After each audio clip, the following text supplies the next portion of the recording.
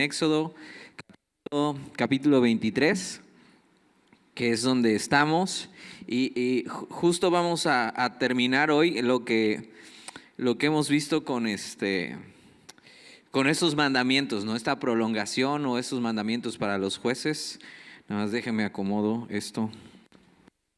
Si te acuerdas, todo viene, y la historia viene de cuando Dios da los 10 mandamientos y todo el pueblo está escuchando, y Dios hace un pacto con ellos y un compromiso. Les dice, si ustedes escuchan mi voz y obedecen a estas cosas, yo haré de ustedes mi especial tesoro, ¿no? Y los haré una nación distinta, una nación diferente, una nación que va a ser el reflejo de mí al mundo. Y ellos dicen que sí.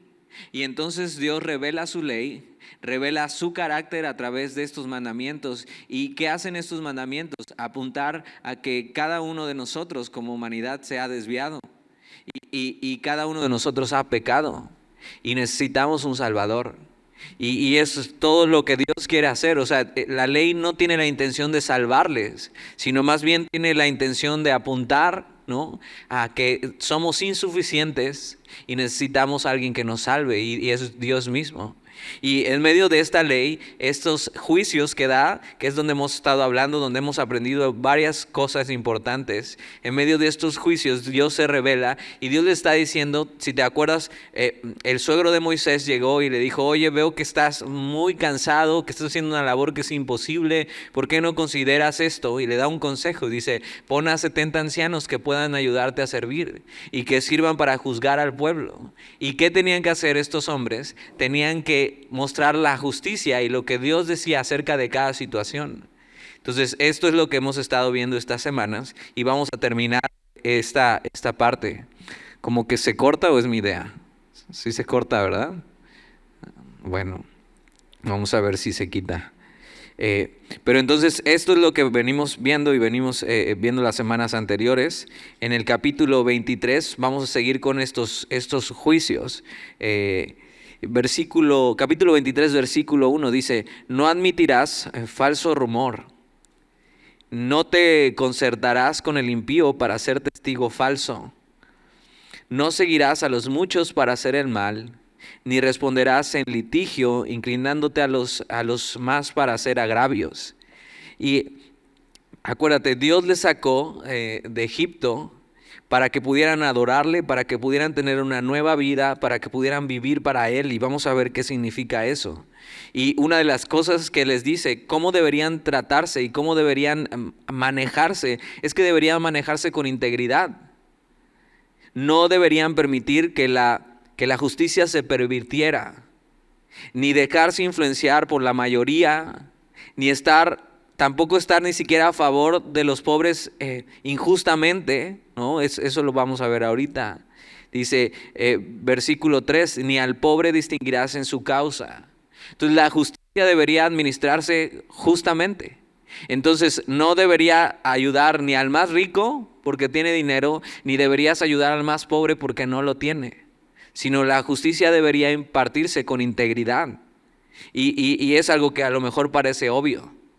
Y justo esta semana me tocó a mí dar distintivos que se está tomando los martes, y al final hacemos algo que yo llamo el paredón de fusilamiento, porque les dices a la gente, pregunten lo que quieran, ¿no?, de cualquier tema, y la gente tiene sus dudas, ¿no? Entonces es como ponerte tú a que te fusilen, ¿no?, a que te avienten lo que tengan, ¿no? Y entonces te avientan eso y ya tú tienes que ver y que Dios te ayude a responder. Pero en una de esas preguntas decían esto, ¿cómo sé si es Dios hablándome o es mi conciencia? ¿No? Y me pareció una excelente pregunta, pero entonces le digo, Dios ocupa al Espíritu Santo para hablarle a tu conciencia. ¿Qué es lo que tienes que hacer, ¿no? ¿Y por qué camino debes de ir? ¿Y qué es lo correcto, ¿no? Por supuesto, todo eso está apuntando a su palabra, pero entonces hubo alguien que se levantó, ok, entiendo eso, pero entonces Dios toma nuestra conciencia y nosotros somos seres racionales, ¿no? O sea, se supone que sabemos lo que está bien y lo que está mal. Y digo, sí, y tienen toda la razón, somos seres racionales, se supone que tú y yo sabemos lo que está bien y lo que está mal. Ahora, una pregunta, ¿de qué nos ha servido eso como humanidad? Saber lo que está bien y lo que está mal. ¿De qué nos ha servido ser seres racionales? Porque mira cómo está el mundo hoy. Entonces, ser racionales simplemente y saber lo que está bien y está mal, no sirve de mucho más que informarnos. Pero al final cada quien toma una decisión de hacer lo que está bien o lo que está mal. Y por los resultados que vemos que se toma muy seguido. A pesar de ser seres racionales, tomamos decisiones irracionales. Y las cosas que Dios está diciendo aquí para su pueblo son cosas racionales. No hagas lo injusto. Haz lo justo por los demás. Y eso es lógico. Pero ¿cuántas veces no hacemos lo injusto? Vivimos en un país corrupto. Y no empieza en el gobierno, empieza desde nosotros. Y por eso les dice, no admitirás falso rumor, no te concertarás con el impío para ser testigo falso. O sea, no te unirás a los pecadores para ser testigo falso. Y tiene esta idea de un juicio. O sea, cuando vienen y dicen, oye, alguien me robó. Y dice, esta persona me robó. Y a ver, te robó. Y entonces invitas a un amigo o contratas a alguien y dices, dile que no, que estaba contigo. Y dices, no pueden hacer eso. No deberían hacer eso. No está bien. Admitir el falso rumor está mal. Y cuando hacemos correr un falso rumor, también está mal. Y cuando no lo detenemos y nos quedamos callados, también está mal. Participar pasivamente de un falso rumor también es pecar. Entonces puede ser que a lo mejor aquí nadie está en un juicio y posiblemente nunca lo va a estar, pero en la vida diaria. O sea, cuando alguien te llega con un rumor de alguien, y es un rumor, o sea, está hablando que es un rumor, no que está comprobado. Y a veces en vez de parar eso y decir, a ver, ¿estás seguro? No, pues no lo sigas diciendo. Es como, oye, fíjate que me encontré eso y me dijo esto y esto y esto de esta persona. Y es injusto. Es injusto porque no sabes si la persona realmente lo hizo y ya estás divulgando una mala fama de la persona sin merecerlo. La ley lo dice, ¿no? Que aunque no se aplica normalmente así, que eres inocente hasta que se demuestre lo contrario. Y así debería ser. Entonces, le sigue diciendo versículo 2, no seguirás a los muchos para hacer mal, ni responderás el litigio inclinándote a los más para hacer agravios. O sea, es como, no, pues todos dicen esto, todos quieren hacer esto que está mal, pues vamos a hacerlo. No te inclinarás. No deberíamos permitir que hablen mal de alguien sin pruebas, ni deberíamos ser parte de las acusaciones sin fundamento.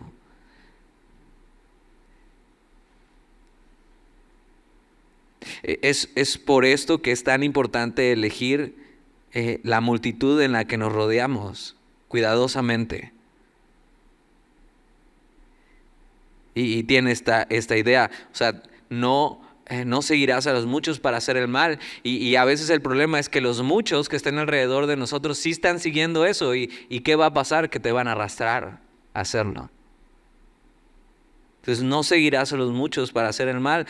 Sí importa con qué multitud nos juntamos cuidadosamente. Entonces no erréis, y esto lo dice la Biblia en Corintios, las malas conversaciones corrompen las buenas costumbres. Y la Biblia no te está llamando a que dejes de juntarte con la gente que no es cristiana. Al contrario, o sea, tienes que ser parte del mundo. Ahí tienes que llevar la luz de Dios. Pero entonces cuando ya estás en un ambiente así y eso te está jalando a hacer lo malo, tienes que salir de ahí y ser sabio. Versículo 3, ni al pobre distinguirás en su causa. No hacer diferencias, ¿no?, entre nadie. Tiene que ver con integridad. Versículo 4. Si encontrares el buey de tu enemigo, el buey de tu enemigo, no al buey de tu enemigo. Si encontrares el buey de tu enemigo o su asno extraviado, vuelve a llevárselo. ¿Y de qué está hablando? Aquí está reforzando un mandamiento de amar al prójimo.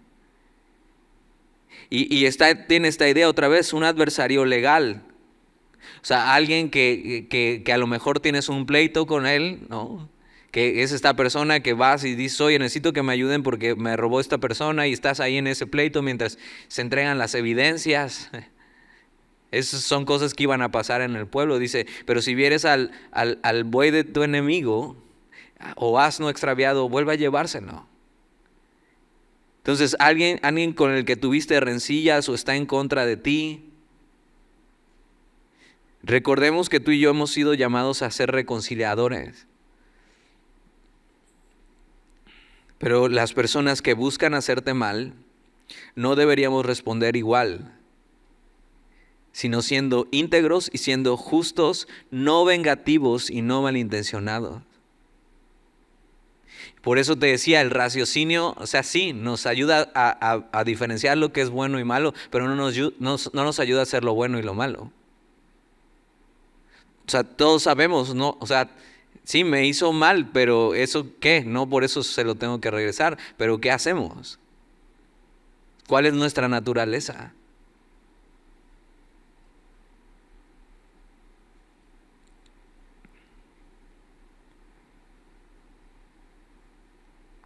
Versículo 5. Versículo 5. Si vieres el asno del que te aborrece caído debajo de su carga, ¿le dejarás sin ayuda? Antes bien le ayudarás a levantarlo. Y yo digo, ¿qué culpa tiene el asno? Es un llamado a la integridad, a la justicia,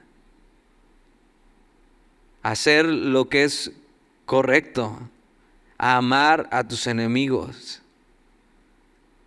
Y el principio está claro. Lo que tú sientas por otros no determina el buen o mal comportamiento hacia ellos. Hay principios de justicia que deben observarse por encima de nuestros sentimientos. Y no deberíamos ser dominados por nuestros sentimientos. No significa que no sientas. O sea, Dios nos ha dado los sentimientos para algo, pero no significa que tus sentimientos te van a dictar cómo debes de seguir, porque eso a veces se vuelve irracional.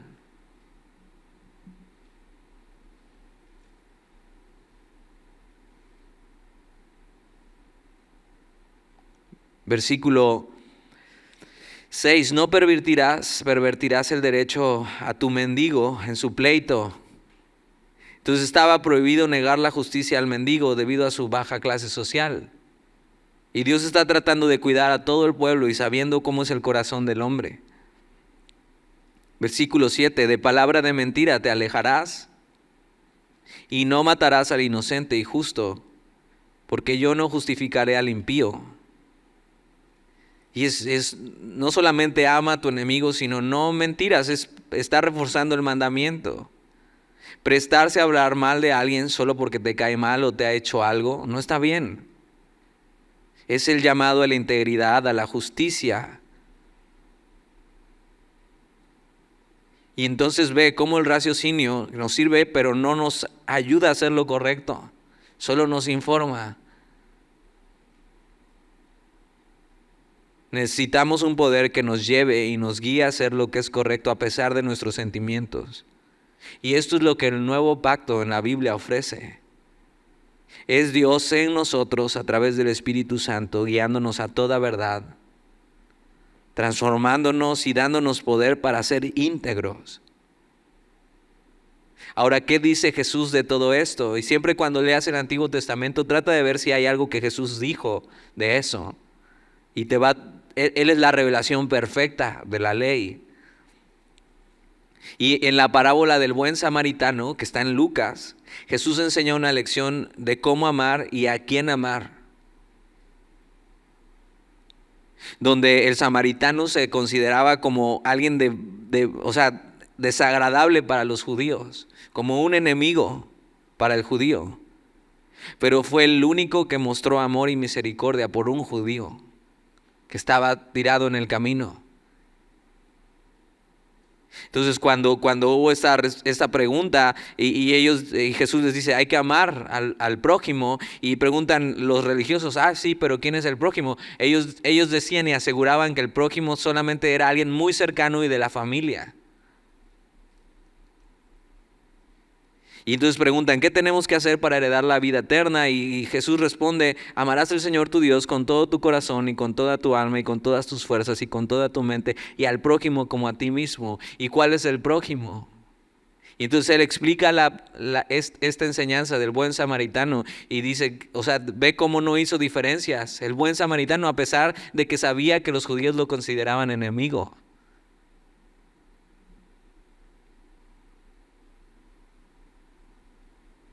Y es eso, hacer lo correcto, amar a los enemigos, no mentiras, no pervertir el derecho, no matar al inocente y justo. Eso es lo correcto. Cualquier diferencia o enemistad no es un pretexto para no amar y mostrar misericordia. Hemos sido llamados a amar a nuestros enemigos.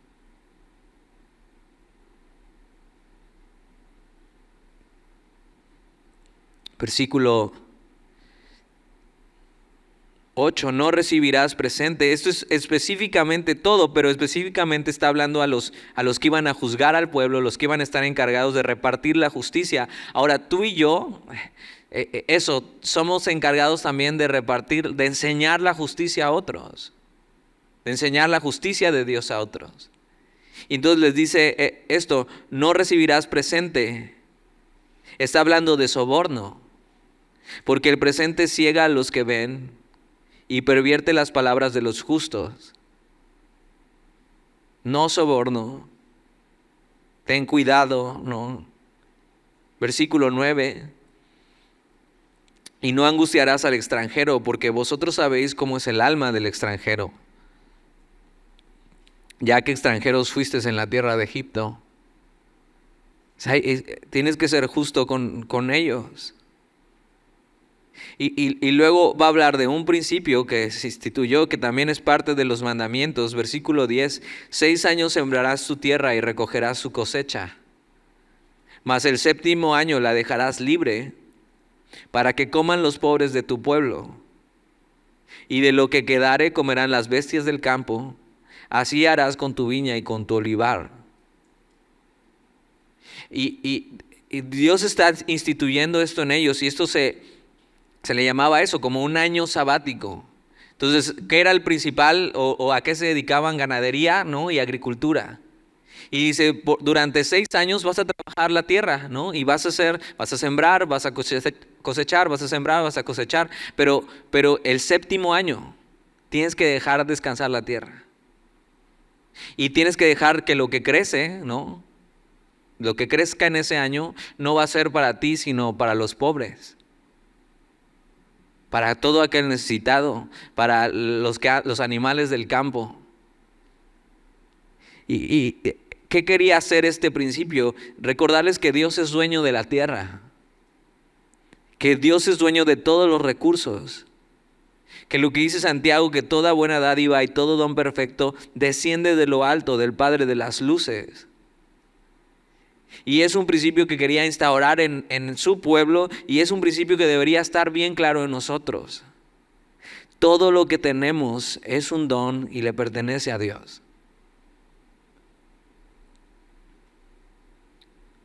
En el plan de Dios, ellos debían de tener este acto de confianza en Dios, que consistía que en un año no trabajarían la tierra, significa no producir. Ahora, eso no quería decir que se quedaban sin comida. Ellos ya tenían comida almacenada de lo que los frutos dieron, y Dios les iba a proveer ese año lo necesario. Sería lo equivalente a dejar de trabajar tal vez por un año, pero no solo porque sí, sino era para practicar la confianza en que Dios iba a ser su proveedor. Y algo pasa cuando crecemos. Cuando somos chicos, ni siquiera te das cuenta cómo llega el dinero a casa. O sea, tú nada más te levantas y ya está todo, ¿no? Hay de comer, hay de desayunar, hay de cenar, ¿no? Pides esto y si hay las posibilidades te lo dan. O sea, no pasa nada. Y cuando vas creciendo, empiezas a ver de dónde vienen las cosas y empiezas a valorar un poco más, pero algo pasa cuando ya crecemos y empezamos a ganar dinero. Creemos que lo que tenemos es 100% nuestro y es por nuestro esfuerzo. Y pensamos que Dios no tiene nada que ver con eso, cuando Él es quien realmente nos sostiene y nos sustenta. Y esto era para que aprendieran a depender de Dios y no olvidaran en la prosperidad y en la escasez que Él era su sustentador. Ahora, otra ventaja natural y hasta tiene un sentido que se podría aplicar hoy, es que la tierra necesita descansar. Si hay algún agrónomo aquí, es lógico, la tierra necesita descansar. ¿Qué pasa cuando vas a sembrar? Tienes que arar la tierra y se erosiona el suelo. Entonces las capas del suelo se van poniendo más duras y entonces la tierra se vuelve infértil. Dios estaba planeando algo perfecto para ellos. Y no solamente estaba cuidando de la tierra, sino estaba cuidando del pobre, del necesitado, hasta de los animales. Ese año sabático, todo lo que estuviera en los campos era para los pobres, para que nadie sufriera de hambre. Ahora, ¿sabes cuántas veces cumplió el pueblo este mandamiento? Nunca. Una vez que llegaron a la tierra prometida, nunca lo cumplieron. ¿Y sabes qué tuvo que hacer Dios con ellos? Dice, ok, no quieren obedecer. Y fueron arrancados de su tierra y fueron llevados a Babilonia en el exilio por 70 años. La misma cantidad de años que no dejaron descansar la tierra.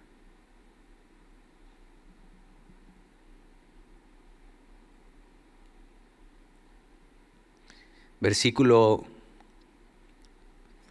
12. 6 días trabajarás y el séptimo día reposarás para que descanse tu buey y tu asno y tome refrigerio el hijo de tu sierva y el extranjero. Y todo lo que os he dicho, guardadlo. Y le está diciendo esta idea, no solamente había un año de reposo, sino había un día de descanso que no era solo para el hombre, sino también para los animales que eran usados para el trabajo. Y el descanso es necesario para poder tener energía en el trabajo. Y eso es algo que tú vas a tener que aprender. Yo sé que a veces la juventud es todo puedo, pero ya empiezas a crecer y empiezas a trabajar y ya, o sea, ya en los últimos semestres de la universidad conoces bien lo que es el café para lo que ayuda el café, ¿no? Y cuando empiezas a trabajar es eso, pero algo que es importante, que y Dios quiere instaurar, es que necesitas descanso. Pero va mucho más allá de eso. Y luego en Levítico y en Deuteronomio explica mucho más acerca de lo que es el día de reposo, que no era solo para ellos, sino era también para Dios. Era el descanso en Dios. Era un día para instaurar en sus mentes donde tenían que buscar a Dios, donde tenían que tener esto con Él. No solamente era descansar por descansar, sino era descansar en Dios.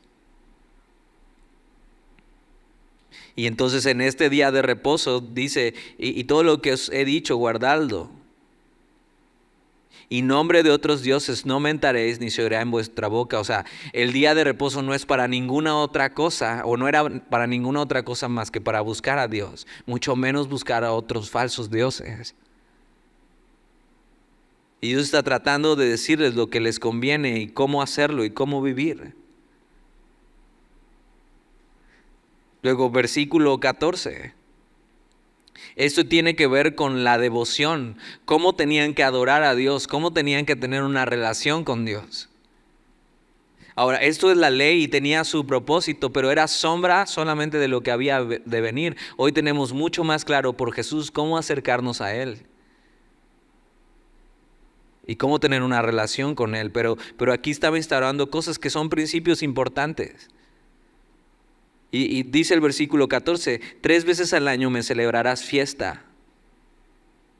O sea, había 3 festividades muy importantes para el pueblo que tenían que ver con la relación con Dios. Y dice el versículo 15, la fiesta de los panes sin levadura guardarás. 7 días comerás los panes sin levaduras, como yo te mandé, en el tiempo del mes Abib, porque en él saliste de Egipto, y ninguno se presentará delante de mí con las manos vacías. Y esto era un recordatorio de lo que Dios había hecho con ellos. Y algo que debes tú saber es que cada vez que nos reunimos, cada vez que vienes a la iglesia, sea viernes, sea domingo, sea miércoles, es para recordar lo que Dios ha hecho en nosotros. ¿Qué había hecho Dios con ellos? Los había liberado de Egipto, de ser esclavos. Los había sacado a libertad, les había mostrado su poder y los había adoptado como sus hijos. Y toda esta fiesta tenía que ver con panes sin levadura, que la levadura significa el pecado o aquello que infla las cosas, que altera las cosas. Y se comerán 7 días de este pan. ¿Y qué significa eso? Significa santidad a Dios. Cuando tú recuerdas lo que Dios ha hecho en tu vida, lo que debe brotar de nosotros es eso, santidad. Renunciar al pecado. Luego el versículo 16 dice, también la fiesta de la siega, los primeros frutos de tus labores que hubieres sembrado en el campo, y la fiesta de la cosecha a la salida del año, cuando hayas recogido los frutos de tus labores del campo. Y la primera fiesta, la de los panes sin levadura, estaba también ligada a la Pascua, que era cuando se tenía que sacrificar el cordero de Pascua. Y todo esto que Dios hizo en Egipto para liberarlos. Pero estas fiestas tenían que ver con las cosechas, tenían que ver con lo que sembraban. Y eran también recordatorios constantes de la provisión de Dios para su pueblo. Entonces, ¿qué pasaba? Que ellos tenían que celebrar estas cosas y recordar quién era su Dios, qué es lo que había hecho con ellos. Y parte de eso era traer una ofrenda delante de Dios. Dice en el versículo 16, también la fiesta de la siega, los primeros frutos de tus labores que hubieras sembrado en el campo, y la fiesta de la cosecha a la salida del año, cuando hayas recogido los frutos de tus labores del campo. Dice, 3 veces en el año se presentará todo varón delante de Jehová el Señor. Dice, no ofrecerás con pan leudo la sangre de mi sacrificio, ni en la grosura de mi víctima quedará de la noche hasta la mañana. Y está hablando de los sacrificios que tenían que llevar como ofrenda a Dios. Parte de su adoración era eso, un sacrificio. Y todo tenía que ser consumido y la mejor parte tenía que ser para Dios. Y les está enseñando cómo acercarse. Y algo pasa que de repente pensamos que nosotros y en nuestro entendimiento pensamos cómo Dios quiere que le amemos y cómo Dios quiere que hagamos las cosas, pero no está de acuerdo a su palabra. Hay gente que se considera cristiana, pero vive su cristianismo a su manera. Y tienes que saber esto, es Dios quien pone las reglas. Es Dios quien dice cómo. Es Dios quien dice lo que le agrada y lo que no le agrada. Y aunque estas cosas ya no están vigentes para nosotros porque es parte del antiguo pacto, sí hay cosas que Dios dice en su palabra del nuevo pacto de cómo acercarnos a Él. Y Él te dice cómo y Él te dice por qué. Y Él pone las reglas.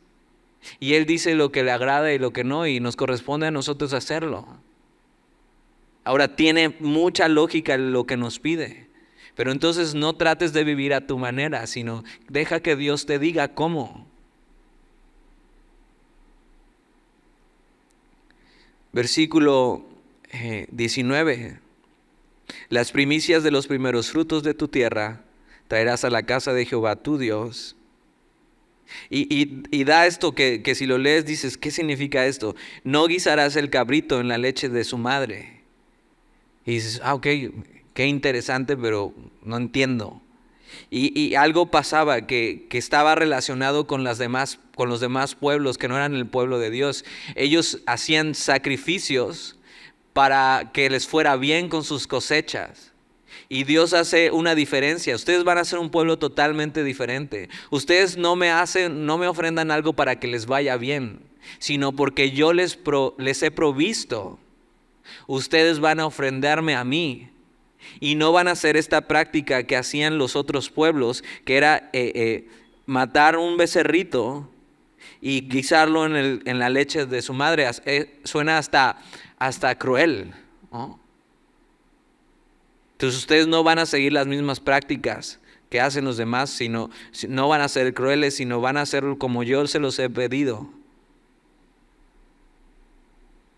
Entonces tiene que ver con eso. Tenían que recordar lo que Dios había hecho, tenían que ser agradecidos con lo que Dios les había dado, recordando que de Dios es la tierra y su plenitud, que Él es quien provee. Y tú vas a tener que aprender eso en tu vida. Cuando ya salgas de la carrera y empieces a trabajar y te empiece a ir bien, tienes que recordar, sí, estudié, no, me quemé las pestañas, hice lo que tenía que hacer, aprobé mis exámenes, pero todo lo que tengo es porque Dios me lo ha dado. Mi capacidad llega hasta un punto, ¿no? Mi inteligencia, incluso mi buena suerte, si lo quieres poner así. Pero todo tiene que ver con Él. Él es quien te da gracia para encontrar el trabajo. Él es quien te mantiene ahí por su gracia. Él es quien provee.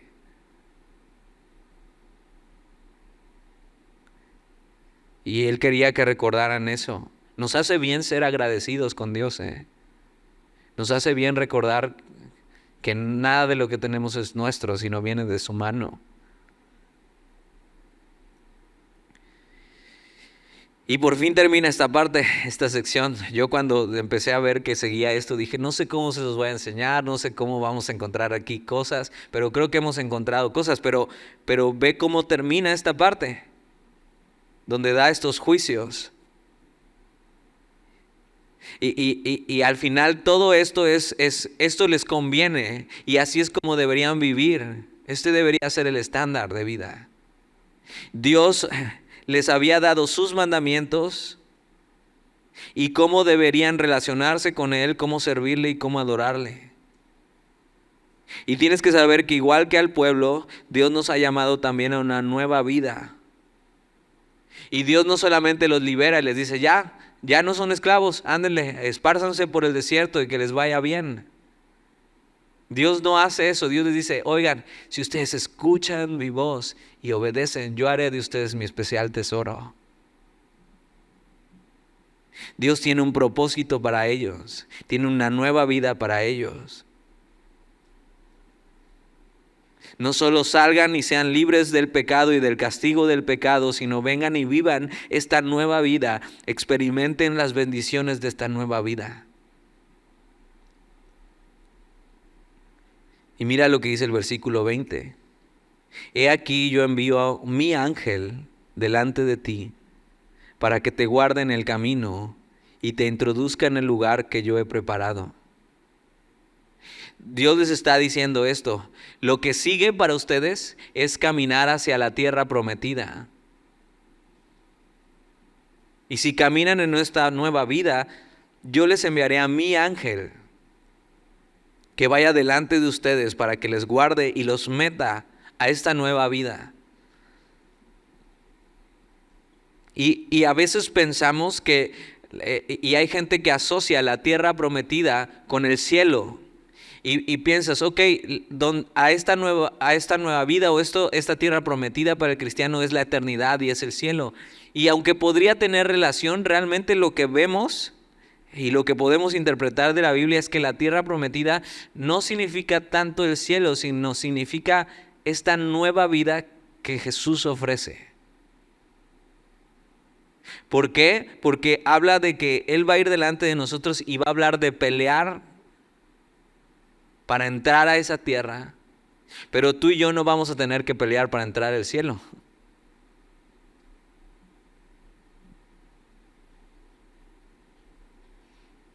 Y vamos a ver esto, que la tierra prometida tiene mucho más que ver con esto, con tomar la vida abundante y en el espíritu que Dios tiene para nosotros. Míralo así, Él nos libera, nos da su palabra y quiere que caminemos en obediencia, a vivir esta vida plena que está de este lado de la eternidad.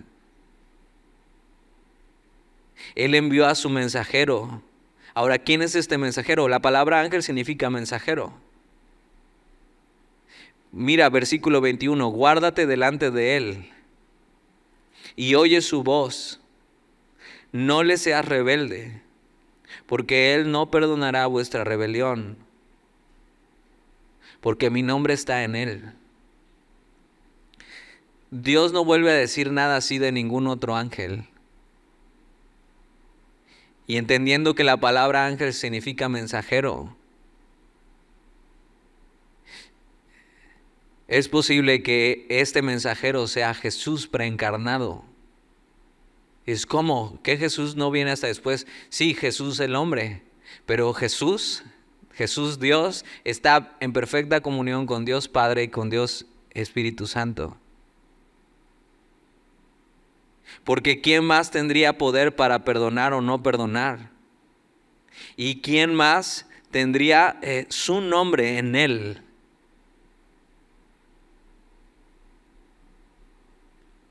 Y envía a su mensajero con su nombre, que es Jesús, y le dice, no seas rebelde, y escucha su voz. Y un buen consejo para ti hoy es esto: si escuchas su voz, no seas rebelde.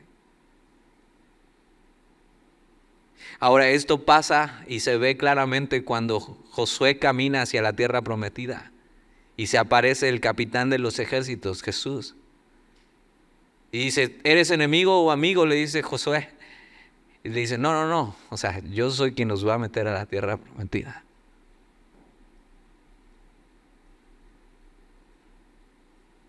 Y sí, esta vida va a incluir batallas y pruebas, pero también bendiciones.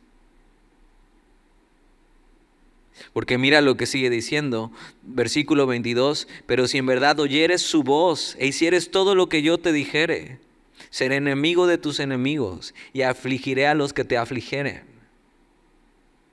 Porque mi ángel irá delante de ti y te llevará a la tierra del amorreo, del eteo, del fereceo, del cananeo, del heveo y del jebuseo, a los cuales yo haré destruir.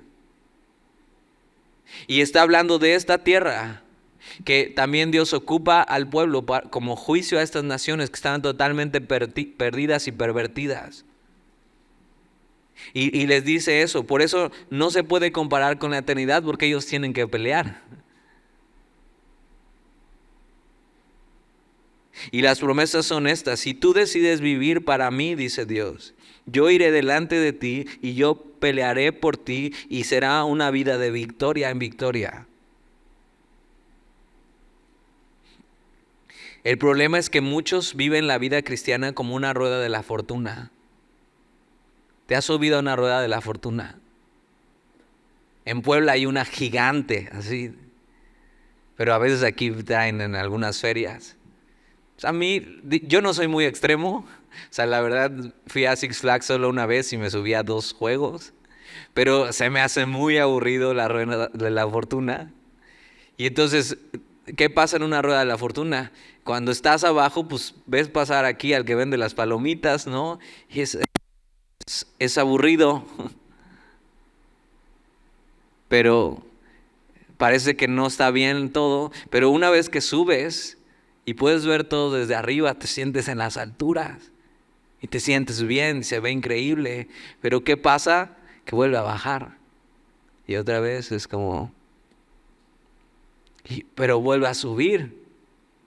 Y hay quien vive su cristianismo así, como una rueda de la fortuna. Un día arriba y me siento increíble, pero otro día estoy abajo y me siento de lo peor. Es una vida monótona, siempre atrapado en las mismas cosas, en el mismo bucle, luchando con los mismos pecados y siendo vencido por ellos. Y eso no es a lo que Dios te ha llamado.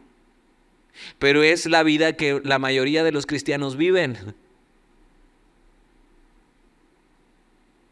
Dios les había llamado a eso, a que caminaran en Él, a que oyeran la voz de su enviado y que entraran a la tierra prometida y pelearan y disfrutaran de la protección de Dios y de las victorias que Dios tenía para ellos. Es una vida emocionante.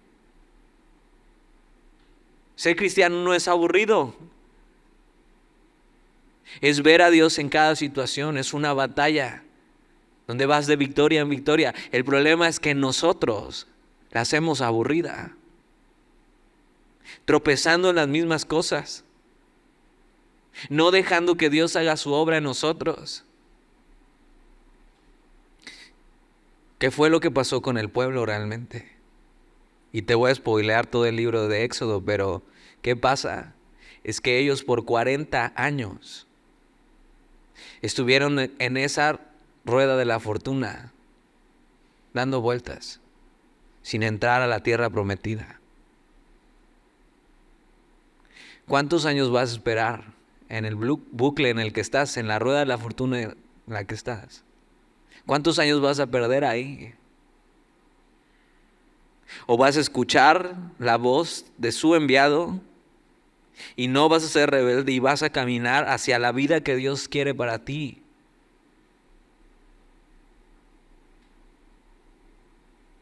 Luchando ya no luchando con los mismos pecados, sino caminando de victoria en victoria. Eso es lo que Dios quiere para nosotros, una vida en el Espíritu, una vida plena, donde vamos venciendo a los enemigos que nos acechan de nuestra carne, del mundo. Y Él nos va dando la victoria. ¿Sobre qué? Sobre la ira, sobre las impurezas, sobre la ansiedad, sobre los miedos, sobre nuestro carácter. Dios quiere eso. Dios te ha llamado a eso. No a que sigas en esa rueda de la fortuna. No a que un día te sientas increíble porque estás cumpliendo con algunas cosas, pero al otro día estás en el suelo porque volviste a caer en lo mismo. Porque no te decidiste a hacer lo correcto, a obedecer a Dios. Entonces vemos que el problema de no vivir esta vida abundante, esta vida plena, el problema soy yo. Dios tiene todo un plan diseñado para que vivas en victoria y vivas una vida plena. Dios tiene todo diseñado para que encuentres una esposa o un esposo, donde tengas un trabajo, donde Él te va a regalar y te ha regalado dones, un ministerio donde servir. Tiene todo lo que necesitas para sentirte pleno de este lado de la eternidad. Si tan solo lo creyeras y caminaras en eso. El problema somos nosotros. Somos los únicos que podemos evitarle a Dios hacer su plan en nuestra vida, solo porque Él respeta nuestra decisión.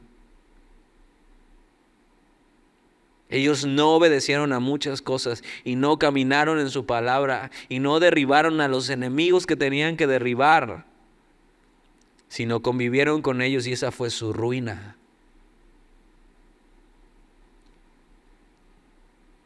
El problema somos nosotros que decimos, pero no hacemos. Versículo 24 dice, no te inclinarás a los dioses, ni los servirás, ni harás como ellos hacen. Antes los destruirás del todo y quebrarás totalmente sus estatuas. Mas a Jehová vuestro Dios serviréis, y Él bendecirá tu pan y tus aguas, y yo quitaré toda enfermedad de en medio de ti. No habrá mujer que aborte ni estéril en tu tierra, y yo completaré el número de tus días. Yo enviaré mi terror delante de ti y consternaré a todo pueblo donde entres, y te daré la cerviz de todos tus enemigos. Enviaré delante de ti la avispa que eche fuera al heveo y al cananeo y al eteo de delante de ti. No los echaré delante de ti en un año, para que no quede la tierra desierta y se aumenten contra ti las fieras del campo. Poco a poco los echaré delante de ti, hasta que te multipliques y tomes posesión de la tierra. Y esa es la idea de Dios, una vida de victoria en victoria, de poco a poco ir venciendo los enemigos en tu vida y el pecado. Versículo 31, y fijaré tus límites desde el mar Rojo hasta el mar de los Filisteos, y desde el desierto hasta el Éufrates, porque pondré en tus manos a los moradores de la tierra, y tú los echarás de delante de ti, y no harás alianza con ellos ni con sus dioses. En tu tierra no habitarán, no sea que te hagan pecar contra mí sirviendo a sus dioses, porque te será tropiezo. Y es eso lo que Dios quiere hacer con ellos. ¿Y qué pasa? Que ellos no hacen bien las cosas. Y esto está aquí para que tú y yo aprendamos. Ahora vamos a leer un poquito más acá, nada más para tener un ejemplo. Capítulo 24. Dijo Jehová a Moisés: sube ante Jehová tú y Aarón, Nadab y Abiú y los 70 de los ancianos de Israel, y os inclinaréis desde lejos. Pero Moisés solo se acercará a Jehová, y ellos no se acerquen ni suba al pueblo con él. Y Moisés vino y contó al pueblo todas las palabras de Jehová y todas las leyes, y todo el pueblo respondió a una voz y dijo: haremos todas las palabras que Jehová ha dicho.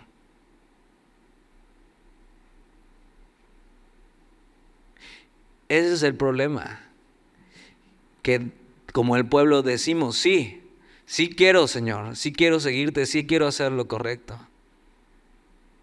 Pero no son nuestras palabras las que importan, sino nuestros hechos. Pero Dios quiere hacer contigo algo.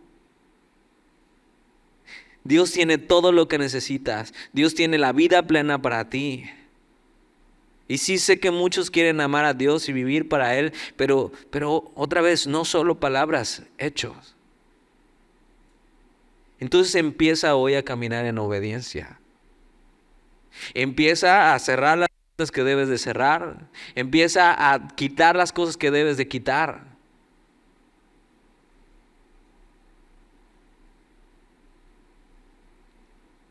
Tómatelo en serio y ve la plenitud que trae caminar con el Señor, yendo Él delante de ti, dándote la victoria sobre tu carne y el mundo, dándote todo lo que Él tiene para tu vida. Atrévete a vivir en verdad para Dios.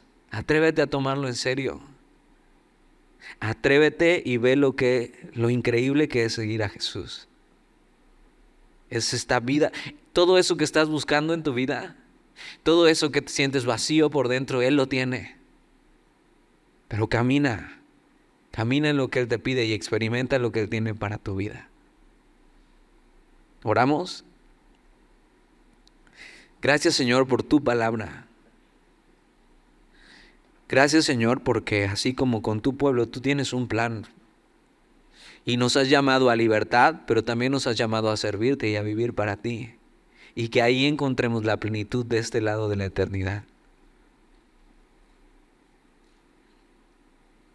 Pero yo te ruego por los que están aquí, que puedan no solo usar de palabras, sino con acciones en su vida desde hoy. Puedan comprometerse contigo para caminar en tu palabra y en tu verdad. Y todas esas cosas que ellos saben que tienen que dejar, hoy puedan renunciar a ellas. Y experimentar todo lo que tú tienes para ellos.